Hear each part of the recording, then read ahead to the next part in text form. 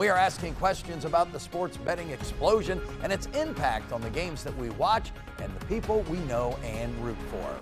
Sports betting became legal in Ohio back in 2023, and since then, people have jumped at the chance to place their bets, wagering more than $19 billion since then.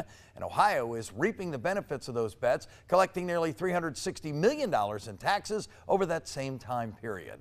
But easy access to gambling can lead to serious problems, including addiction. I'm joined now by James Brill, the communications manager for Problem Gambling Network of Ohio. James, thanks so much for being with us this afternoon. Ohio Governor Mike DeWine praised Major League Baseball's decision to limit prop bets. What impact do you think that will have on continuing surges in sports betting? Well, I think it's a step in the right direction. We really commend the governor's work on this. We don't think it'll stop prop betting overnight or this really large surge in betting, but it does help slow the rise in these risky behaviors and reduces some of the most high risk and potentially addictive forms of gambling.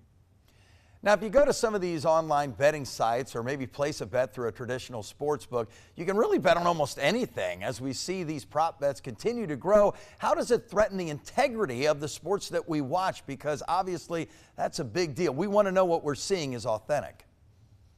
Absolutely, and I think these micro prop bets are very dangerous because they really turn players into targets and not just athletes.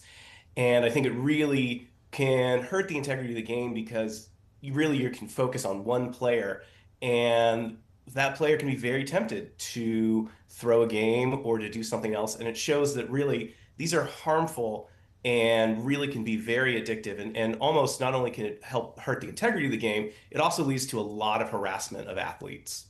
Well, we've seen some situations here in Ohio, including charges brought against the two Guardian pitchers. And right here in the Miami Valley with the University of Dayton basketball player currently sidelined as the NCAA's investigation continues. What safeguards can be put in place to try and avoid game manipulation?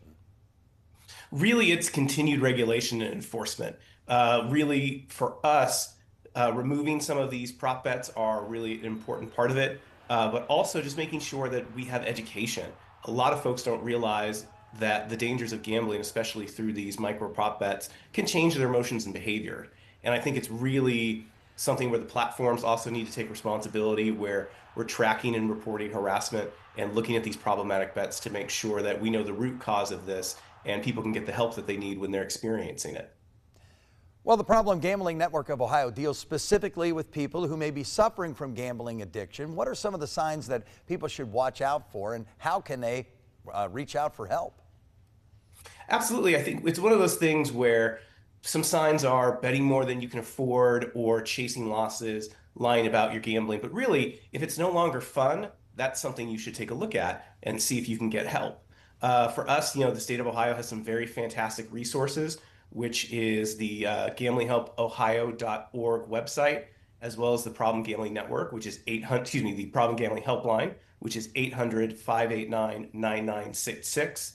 And also we have the Ohio Gambling Telehealth Network, which is available at ohiogtn.org. And that's a system of counselors that will help folks in Ohio find treatment, even if there's not someone in their local area who can help treat them. There's a lot of resources in Ohio, and it's really great to be able to spread the word about that as sports betting is really very, very popular in this state. All right, James Brill, the communications manager for the Problem Gambling Network of Ohio. We thank you so much for being with us this afternoon. Thank you.